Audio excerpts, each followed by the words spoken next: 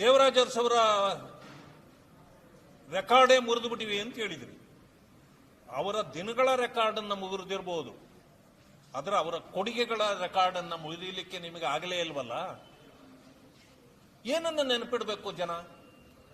ನಿಮ್ಮ ಸಾಧನೆ ಏನು?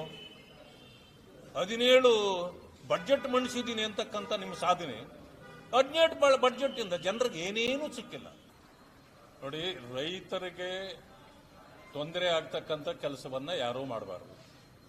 ಆಮೇಲೆ ಒಂದು ದಿನಕ್ಕಾಗಿ ಕೊಡ್ತಕ್ಕಂಥ ಈ ರೀತಿಯ ಆಡ್ಗಳಿಂದ ಸಹಜವಾಗಿ ಜನರಿಗೂ ಇದರಿಂದ ತೊಂದರೆ ಆಗತ್ತೆ, ರೈತರಿಗೂ ಕೂಡ ತೊಂದರೆ ಆಗತ್ತೆ.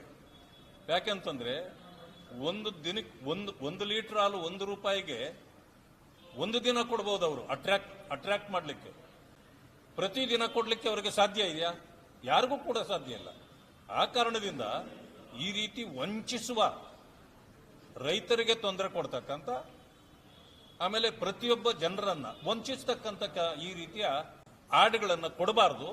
ಒಂದು ಸಮಯ ಆ ರೀತಿ ಕೊಟ್ಟಿದ್ದೇ ಆದ್ರೆ, ವಂಚಿಸಿದ್ದೇ ಆದ್ರೆ ಸರ್ಕಾರ ಅವರ ವಿರುದ್ಧವಾಗಿ ಕ್ರಮ ತೆಗೆದುಕೊಳ್ಬೇಕು ಅಂತ ಹೇಳಿ ನಾನು ಹೇಳಲಿಕ್ಕೆ ಬಯಸ್ತೇನೆ.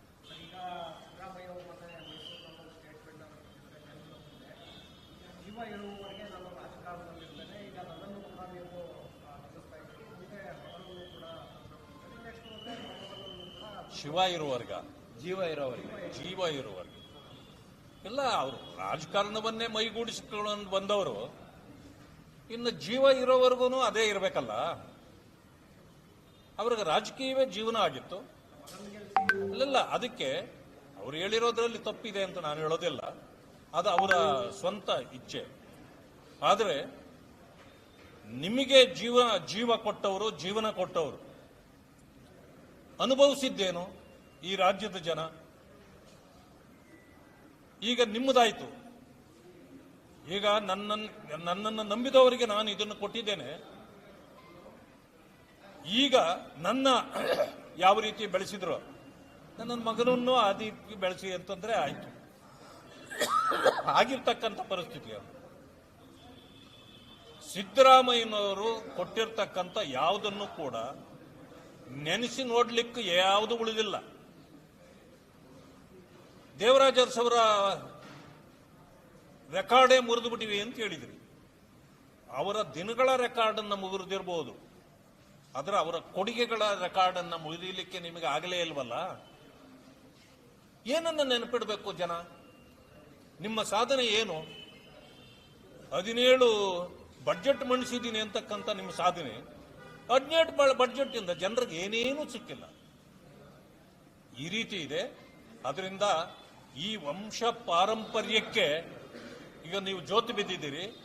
ನಂದಾಯ್ತು, ನನ್ನ ಮಗನನ್ನ ಬೆಳೆಸ್ಬಿಡಿ ಅಂತ ಹೇಳಿದ್ರಿ. ಆದ್ರೆ ಜನರ ಪರವಾಗಿ ನೀವು ಮಾತಾಡಬೇಕಾಗಿತ್ತು. ಆದ್ರಿಂದ ನನಗನ್ನಿಸ್ತಿದೆ ಇದು ಅಂತ್ಯ ದಿನಗಳ ಮಾತಾಡಿದ್ದಾರೆ. ಭವಿಷ್ಯ ಈ ರಾಜ್ಯಸಭಾ ಚುನಾವಣೆ ಬರ್ತಾ ಇದೆ, ಇನ್ನೆರಡು ತಿಂಗಳಿದೆ.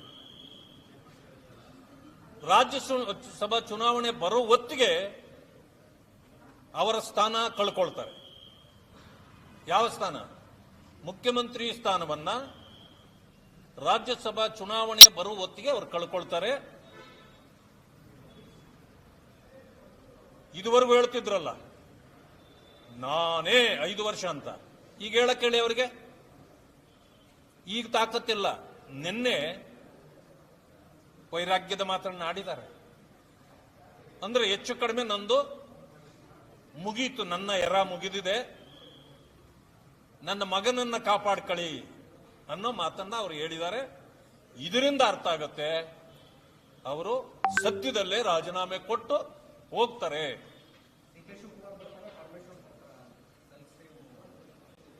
ಯಾರು ಬರ್ತಾರೆ ಅನ್ನೋದು ನಮ್ಮ ಪ್ರಶ್ನೆ ಅಲ್ಲ, ಅದು ಅವರ ಪಕ್ಷ ತೀರ್ಮಾನ. ಆದ್ರೆ ದಲಿತರಿಗೆ ಅನ್ಯಾಯ ಮಾಡ್ತಿದ್ದಾರೆ ಅನ್ನೋದು ನಿಜ ಅಲ್ವಾ? ಅಂದ್ರೆ ದಲಿತರಿಗೆ ಕೊಟ್ರೆ ಹಾಗಾದ್ರೆ ಡಿ.ಕೆ. ಶಿವಕುಮಾರ್ ಕೊಡುವಾರ? ಕೊಡಿ,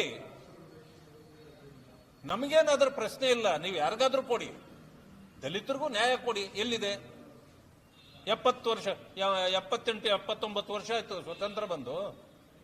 ಎಲ್ಲಿ ದಲಿತರನ್ನ ವೋಟ್ ಬ್ಯಾಂಕ್ ಮಾಡ್ಕೊಂಡು ನೀವು ಮಾಡಿದ್ದೇನು? ಅದರಿಂದಾಗಿ ನಾನು ಇನ್ನೊಂದು ಮಾತನ್ನ ಹೇಳೋದು ಮರೆಯೋದೇ ಇಲ್ಲ. ದಲಿತರ ಮುಖ್ಯಮಂತ್ರಿ ಆಗೋ ಅವಕಾಶಗಳು ಬಂದಿದ್ದನ್ನೆಲ್ಲ ಕಸ್ಕೊಂಡಿದ್ದು, ಕಿತ್ಕೊಂಡಿದ್ದು ಮಾನ್ಯ ಸಿದ್ದರಾಮಯ್ಯ. ಅದರಲ್ಲಿ ಎರಡನೇ ಮಾತಿಲ್ಲ. ಈಗಲೂ ಕೂಡ ಅವರು ದಲಿತ ವಿರೋಧಿ ಅನ್ನೋ ಮಾತನ್ನ ನಾವು ಪದೇ ಪದೇ ಹೇಳ್ತೀವಿ. ಯಾಕೆಂತಂದ್ರೆ ದಲಿತರಿಗಿಟ್ಟ ಹಣವನ್ನೆಲ್ಲ ನುಂಗಿದ್ದು, ಆಕ್ಟ್ ತಂದುಬಿಟ್ಟಿದ್ದೀನಿ ಅಂದಿದ್ದು ಸಿದ್ದರಾಮಯ್ಯನವರು, ಹಣವನ್ನು ನುಂಗಿದ್ದು ಸಿದ್ದರಾಮಯ್ಯನವರು. ಎಲ್ಲ ಕಾಂಗ್ರೆಸ್ನ ಮುಖಂಡರು ಈ ಸಾರಿ SIP TSP ಹಣ ಗ್ಯಾರಂಟಿಗಳಿಗೆ ಕೊಡೋದು ಬೇಡ ಅಂತ ಹೇಳಿದ್ರು ಕೂಡ ಮತ್ತೇನೂ ಕೂಡ 15,000 ಕೋಟಿಯಷ್ಟು ಹಣವನ್ನ ಮತ್ತೆ ನುಂಗಿದ್ದಾರೆ. ಅದರಿಂದಾಗಿ ಅವರು ದಲಿತ ವಿರೋಧಿ. ಅದೇ ಕಾರಣಕ್ಕೆ ಇವತ್ತು ಒಳ ಮೀಸಲಾತಿಯನ್ನು ಕೂಡ ಸರಿ ಮಾಡಲಿಕ್ಕೆ ಅವ್ರಿಗೆ ಆಗ್ತಾ ಇಲ್ಲ. ಸಮಸ್ಯೆಗಳನ್ನ ಉದ್ಭವ ಮಾಡಿ ಹೋಗ್ತಿದ್ದಾರೆ.